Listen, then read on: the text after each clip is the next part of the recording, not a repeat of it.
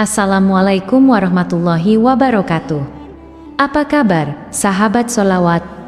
Semoga kita selalu diberi kesehatan oleh Allah Subhanahu wa Ta'ala. Pada video kali ini, kita akan mengisahkan tentang kisah penguasa angkuh yang ditumbangkan seekor nyamuk. Pernahkah kalian membayangkan seorang anak menikahi ibu kandungnya sendiri?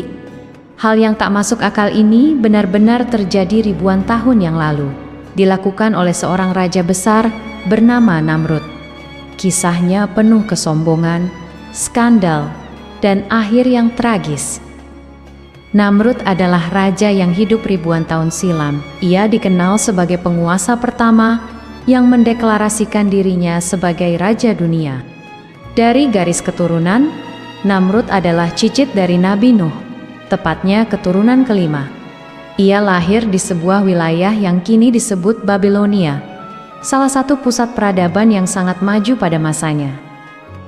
Sejak kecil, Namrud menunjukkan kecerdasan luar biasa. Ia menguasai banyak bidang seperti astronomi, matematika, dan arsitektur. Ia juga dikenal inovatif dan mampu membangun berbagai proyek besar yang membuat rakyatnya kagum. Namun, kepintaran yang dimilikinya justru menjerumuskannya. Perlahan, ia menjadi angkuh. Gelar raja tak lagi cukup baginya. Namrud mulai merasa bahwa dirinya berbeda dari manusia biasa, dan akhirnya mengangkat dirinya sebagai Tuhan. Untuk membuktikan kekuasaannya, Namrud membangun bangunan-bangunan megah. Salah satu yang paling terkenal adalah Menara Babel. Menara raksasa yang menjulang tinggi, seolah ingin menembus langit. Ia ingin menunjukkan bahwa ia mampu menyaingi Tuhan. Rakyat Babilonia diperintahkan untuk meninggalkan Tuhan yang mereka sembah dan mulai menyembah Namrud. Setiap hari, mereka harus memberi persembahan di kuil-kuil besar yang ia dirikan. Namrud juga memperkenalkan berhala-berhala baru dan sistem ramal nasib berdasarkan ilmu bintang, membuat rakyat percaya bahwa masa depan ada di tangannya, bukan di tangan Tuhan. Di puncak kesombongannya, Allah mengutus Nabi Ibrahim untuk memperingatkan Namrud. Terjadilah sebuah perdebatan yang sangat terkenal. Namrud bertanya kepada Ibrahim, "Siapa Tuhanmu?" Ibrahim menjawab, "Tuhanku adalah Dia yang menghidupkan dan mematikan." Namrud dengan kesombongannya memanggil dua orang tahanan. Satu dibunuh, satu dibebaskan. Lalu ia berkata, "Lihat, aku juga bisa menghidupkan dan mematikan." Namun Ibrahim menantang, "Tuhanku mendatangkan matahari dari timur. Jika kau memang Tuhan, datangkanlah dari barat." Namrud terdiam. Ia tidak mampu menjawab tantangan itu. Meski kalah dalam perdebatan, kebenciannya kepada Nabi Ibrahim semakin besar. Ia menjadi semakin paranoid dan memperketat kekuasaannya, menghukum siapa saja yang menolak menyembahnya. Di tengah kekuasaannya yang besar, Namrud melakukan perbuatan yang mengejutkan dunia, menikahi ibu kandungnya sendiri, seorang wanita bernama Semiramis. Semiramis adalah wanita cerdas dan berpengaruh di istana. Sejak kecil, ia sangat protektif terhadap Namrud. Ketika sang anak tumbuh dewasa dan banyak wanita cantik mulai mendekatinya, Semiramis merasa cemburu. Ia tidak ingin Namrud menjadi milik wanita lain. Dalam kebodohan dan kesesatan moral, ia memilih untuk menikahi putranya sendiri.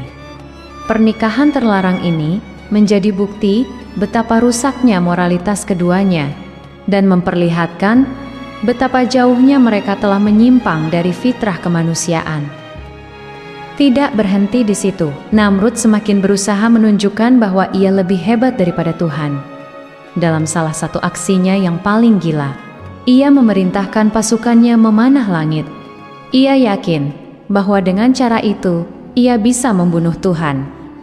Ketika panah-panah itu kembali jatuh ke bumi, beberapa di antaranya berlumuran darah, kemungkinan mengenai burung di udara.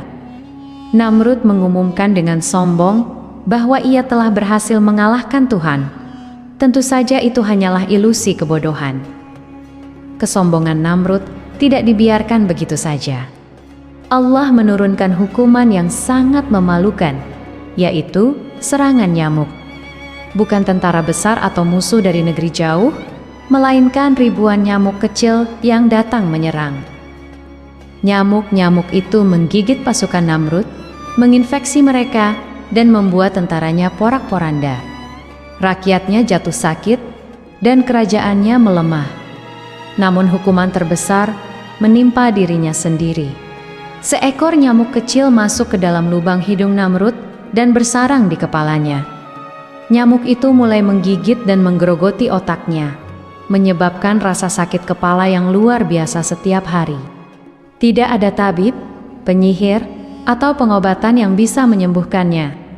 Rasa sakitnya begitu hebat, hingga Namrud memerintahkan orang-orang di sekitarnya untuk memukul kepalanya agar nyerinya berkurang. Ia dipukul dengan tangan, kayu, bahkan benda keras apa saja.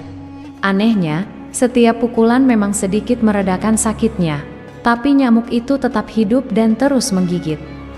Hingga suatu hari, dalam keputusasaan, Namrud memerintahkan prajuritnya memukul kepalanya dengan sangat keras. Pukulan itu memang menghentikan rasa sakitnya, namun sekaligus mengakhiri hidupnya.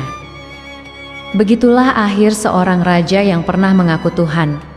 Namrud yang dulu begitu ditakuti, tewas dengan cara paling memalukan, dibunuh oleh seekor nyamuk kecil. Kisah ini menjadi pelajaran berharga bagi generasi setelahnya. Kesombongan adalah awal dari kehancuran.